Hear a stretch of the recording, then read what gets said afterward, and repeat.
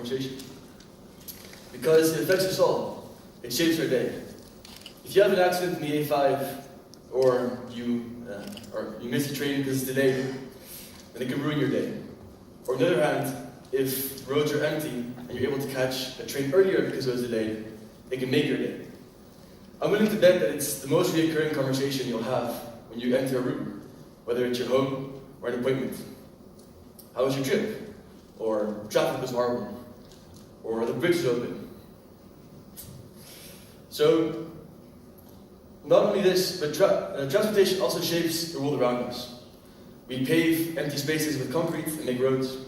We dig under the sea, connect islands, and connect the mainland. And we fill the sky with airplanes, mostly for our fun, for vacation. In fact, the TU Delft recently released a statistic that said by the year 2100, the average amount people fly will increase by 9 times, and the average distance will double for tourism. Now that's amazing. I mean, I love traveling, and traveling is great, except for all the carbon emissions this will produce. The message, in fact, was that tourism in the aviation industry alone will actually make reaching the Paris Accord goals impossible. In order to reach these goals, not only will growth of tourism in the aviation industry have to decline, but the actual industry will have to shrink in certain areas, meaning you have to fly less. So tourism will make reaching the Paris Accord goals impossible. Now, I don't have to tell you how serious this is. I don't have to show you a picture of a dying coral reef, a growing desert, or a skinny polar bear on an iceberg.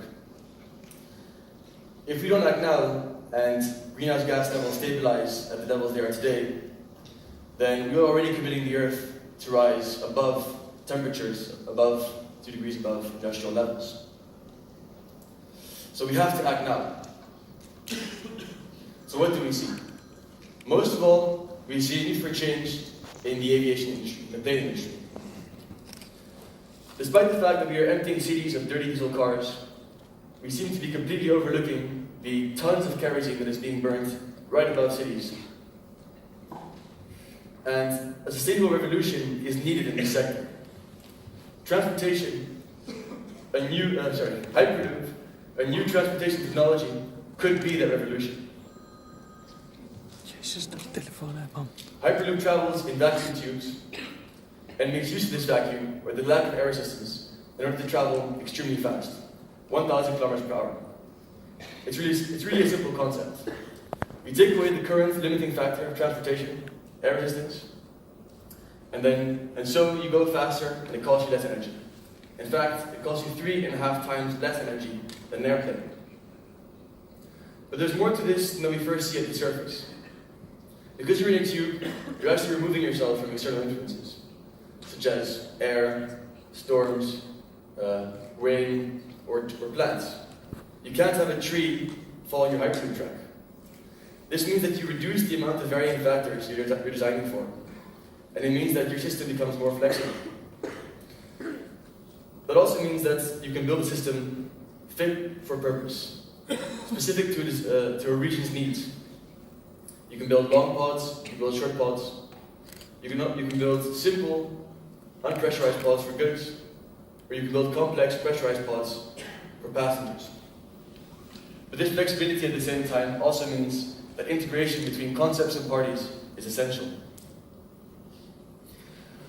So we put our engineers to work, and we found out that per kilometer, a Hyperloop track will cost about 40 million euros on average.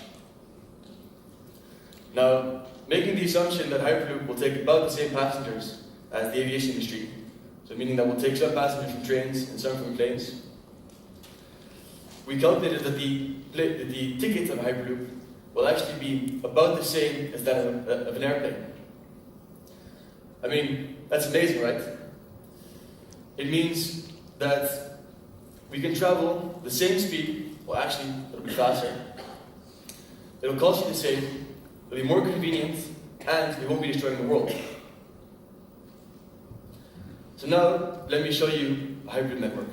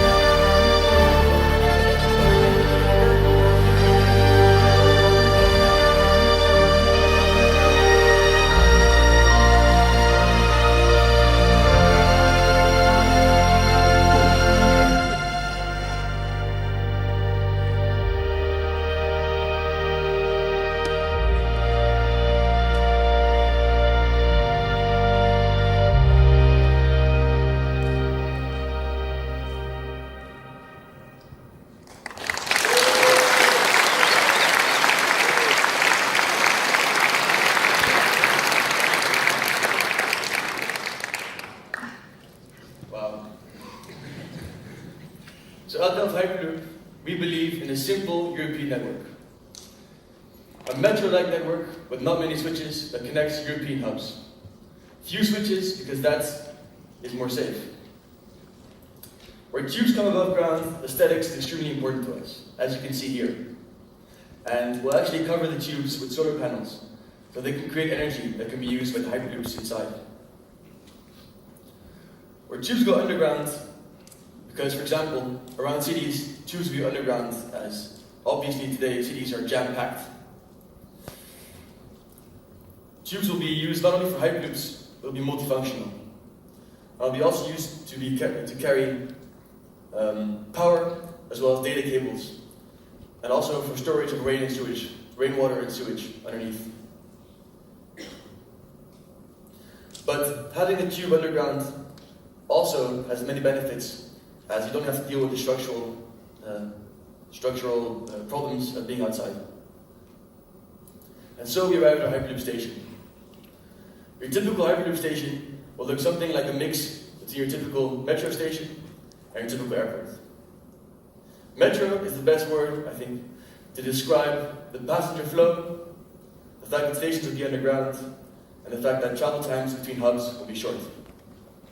An airport will signifies the security aspect of your station and the fact that you'll be traveling internationally. I just want to take a moment to say, how cool is all this work?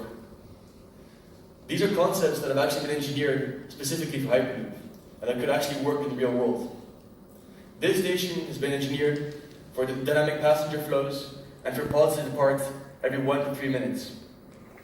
This fast rate and constant departure will also take a load off security and check-in times. Our vision as a team is to have an impact on the future of Hyperloop, and we do this in multiple ways. Next to the work I just showed you, next year we'll be launching a massive online course, open for everybody. This year, we've also launched Hyperloop Connected, a website that brings together government, corporates, and students on everything that is Hyperloop. All these initiatives we have done in order to accelerate this really promising technology, because there's no other way of looking at it. In order to reach our Paris Accord goals, we have to start looking at drastic solutions. Thank you.